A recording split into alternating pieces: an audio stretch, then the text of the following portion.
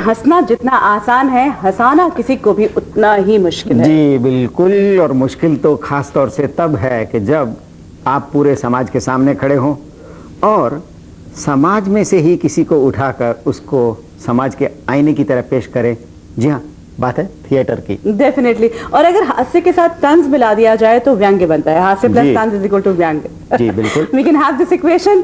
लेकिन नई सभ्यता नए नमूने, ये है नाटक का नाम, जिसे अभिनीत किया गया था कुछ दिन पहले इनहैबिटेड सेंटर में। इस प्ले में अभिनय किया और इसको निर्देशन किया था संजीव सचदेव ने। हमने इस जो प्ले हुआ था इसको अपने कैमरे में कैप्चर किया। आइए देखते हैं उसकी कुछ झलकियां, और उसके अलावा उसके साथ ही बातचीत करेंगे संजीव सचदेव से भी।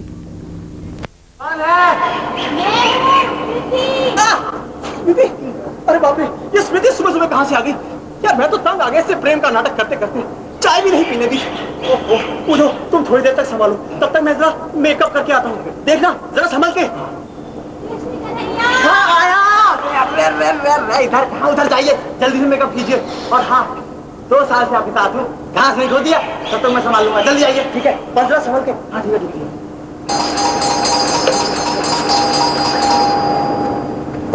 आधुनिक नारी पर लिखना अत्यंत कठिन कर। नारी हृदय के रहस्य तो अगम्य है।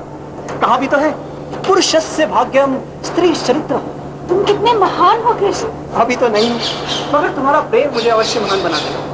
स्मृति, जानती हो, जिस दिन ये महाकाव्य छपेगा, इसकी पंक्ति पंक्ति प्रेमी जनों के हृदय में प्रेम का पहाड़ी झरना बहा देगी। लोग फिल्मी गीतों को भूल जाएंगे। स्मृति, जिस दिन ये महाकाव्य छपेगा, उस दिन हम दोनों अमर हो जाएंगे। सुनोगी अपने प्रेम का ये महाकाव्य? नहीं नहीं, इतना बड़ा महाकाव्य कैसे सुन सकूंगी? मुझे तो तुम्हारी बातें ही महाकाव्य से भी मधुर लगती है। अच्छा ये तो बताओ, हमारे प्रेम का ये महाकाव्य छप कब रहा है? मेरी मौत के बाद। ऐसी अशुभ बातें क्यों बोलते हो कृष्ण? सुनो, इसे जल्दी छपवा क्यों नहीं डालते? कैसे छपवा डालूं स्मृति, कैसे छपवा डालूं? ओहो, प्रेस में दे दो, छप जाएगा। संजीव जी नमस्कार, और स्वागत है आपका हमारे स्टूडियो में। Thank you. आप एक युवा नाटककार हैं, अभिनय भी करते हैं, निर्देशन भी करते हैं। जी। किस तरह के नाटक आप आजकल तैयार कर रहे हैं? देखिए, जहाँ तक कि डिमांड का सवाल है, ऑडियंस जो है, दिल्ली की ऑडियंस खासकर जी, वो कॉमेडीज देखना पसंद करती है। बिकॉज रोज़मर्रा की ज़िंदगी में इतनी प्रॉब्लम्स हैं, इतनी ट्रेजेडीज़ हैं ऑलरेडी, तो लोग उस ट्रेजेडी से अलग निकल के थोड़ा हंसना, थोड़ा लाइट फील करना चाहते हैं। तो I think the demand is for comedies and I specialise in comedies. Sanjeev, एक बात बताइए, अगर हम हिंदी नाटकों की तरफ देखें, आपने कॉमेडी की बात की है जी, ऐसा क्यों है कि ज्यादातर हिंदी के जो कॉमेडी नाटक हैं वो अंग्रेजी से अडैप्ट किए गए हैं? क्या और ये सच्चाई है तो क्या हमारे पास ओरिजिनल कॉमेडी हिंदी में कम है, या हम उन्हें ढूंढ नहीं पा रहे हैं उन नाटकों को, और ज्यादा आसान लगता है अंग्रेजी से अडैप्ट कर लेना? देखिए, जहाँ तक हिंदी साहित्य का सवाल है वो बहुत ही गहरा है, एक समुद्र है। और जहाँ तक नए डायरेक्टर्स का सवाल है, वो इंडियन साहित्य को ना पढ़कर, ज़्यादा समय ना वहाँ बेकार कर जो ऑलरेडी पॉपुलर नाटक हैं उनको अडेप्ट करना, उनको डायरेक्ट करने में ज़्यादा अच्छा समझते हैं, ज़्यादा इजी होता है वो। लेकिन मेरे हिसाब से हिंदी साहित्य इतना वाइड है, इतना वास्ट है कि जिसके अंदर बहुत बहुत बहुत कुछ है जिसको हम खोद के बाहर निकाल चाहें तो चाह सकते हैं। But there is nothing less than, I mean there is nothing less in Hindi साहित्य रादर देन इंग्लिश साहित्य। अच्छा, आपने तो अगर मैं सही संख्या बता रहा हूँ तो 4 नाटक हिंदी में आपने तैयार किए हैं और 4 अंग्रेजी में। जी। इनके विषय क्या रहे? सबका विषय बेसिकली तो कॉमेडी ही था, लेकिन मैं आपको सबके टाइटल्स एक बार बता देता हूँ। पहला नाटक जो मैंने खुद ने लिखा उसका नाम था नाम में क्या है। अच्छा। So it's a very critical topic जिसके ऊपर मैंने खुद लिखा था। उसके अलावा मेरे नाटक रहे हैं मेरी क्या गलती, दूसरी शादी का चक्कर एंड एटीट्यूड्स, जो कि विकलांगता पे एक बेस्ड नाटक था, अंग्रेजी में था। Attitudes 2, then it was good natured man, this was a British play, totally done in British style English.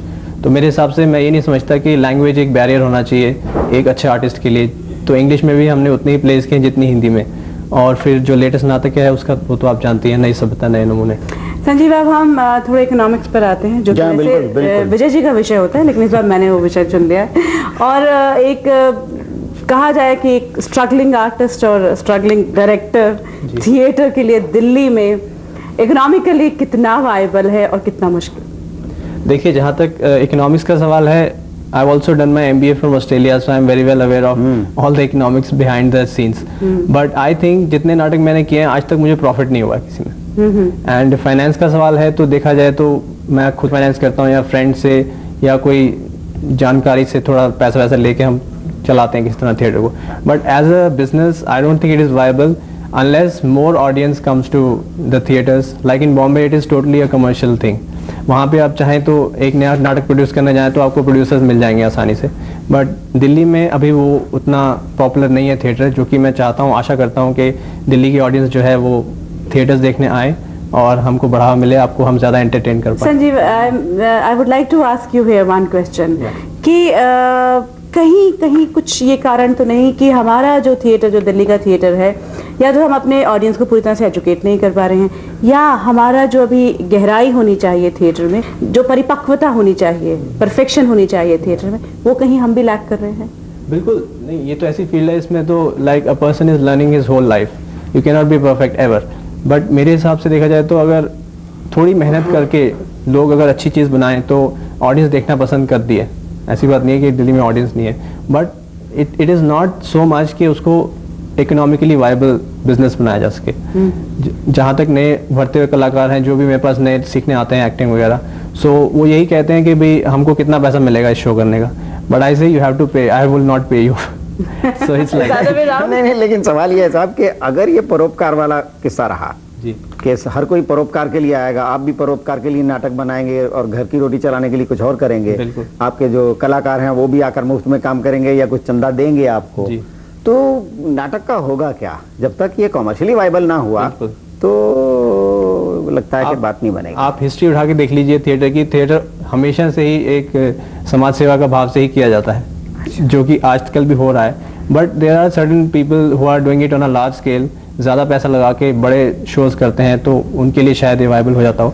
लेकिन संजीव, यहाँ मैं आपसे कुछ पूछना चाहूँगी. आपने अभी कहा कि आपके पास बहुत सारे नए कलाकार आते हैं और जैसे हिस्ट्री उठा के देखें, आपने कहा तो passion in theatre is required.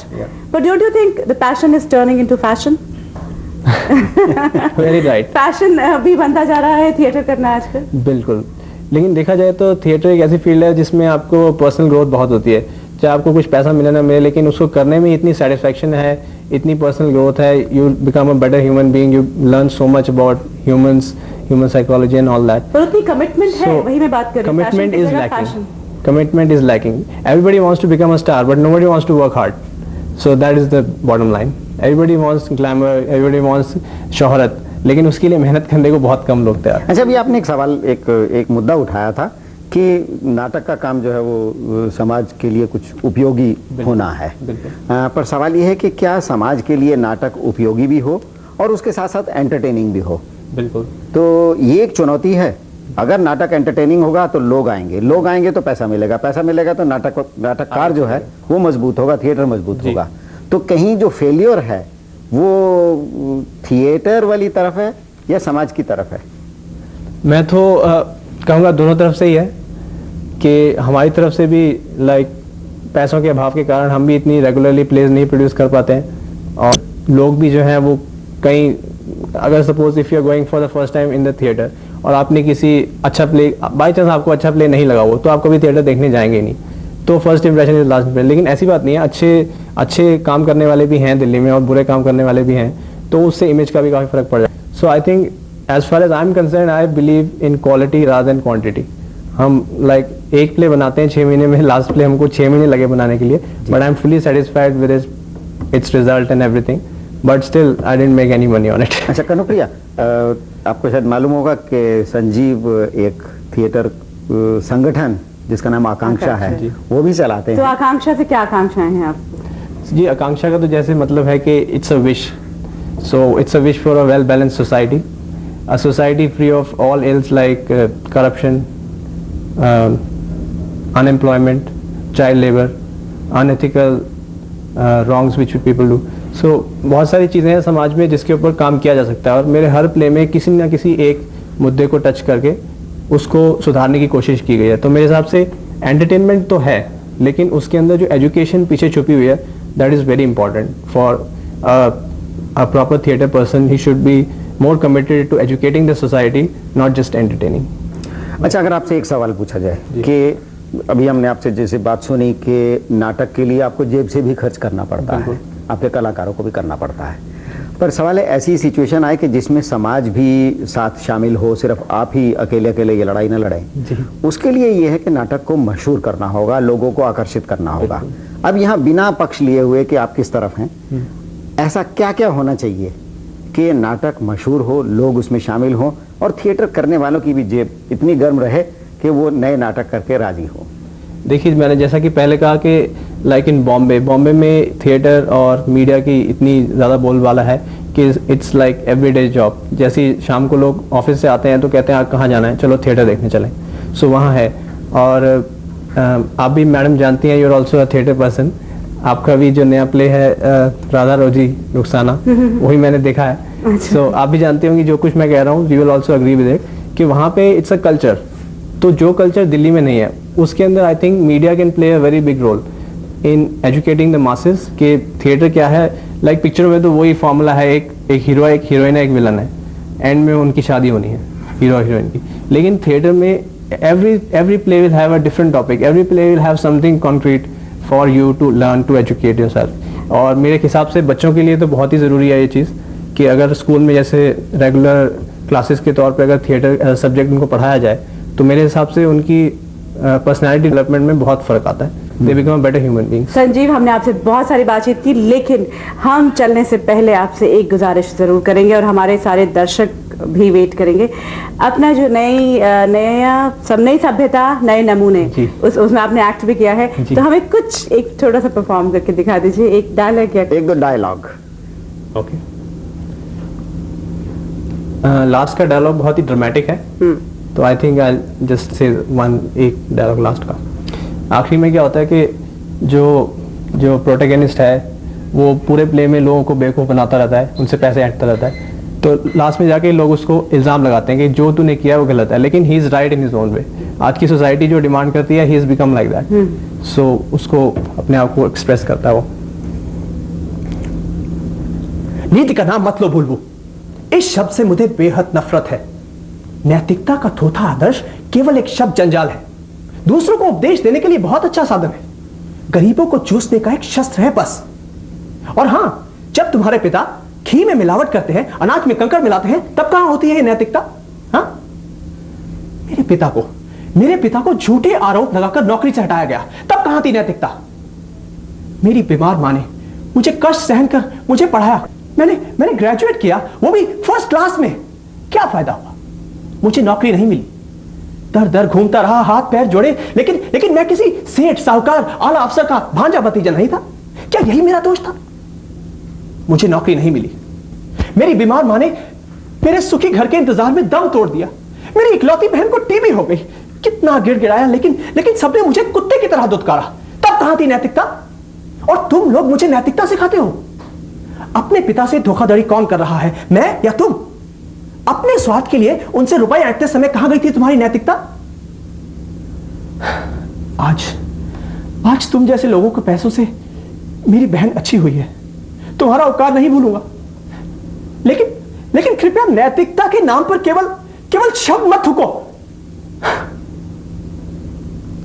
वाह वाह, बहुत अच्छा बहुत संजीव. शानदार, बहुत हमारी पूरी शुभकामनाएं आपके साथ हैं और ये आपने जीवन की सच्चाई हमें दिखाई, लेकिन फिर भी हम यही कहना चाहेंगे कि नैतिकता है और रहेगी. Thank you so much Sanjeev. Thanks lot. Thanks for. जी साहब,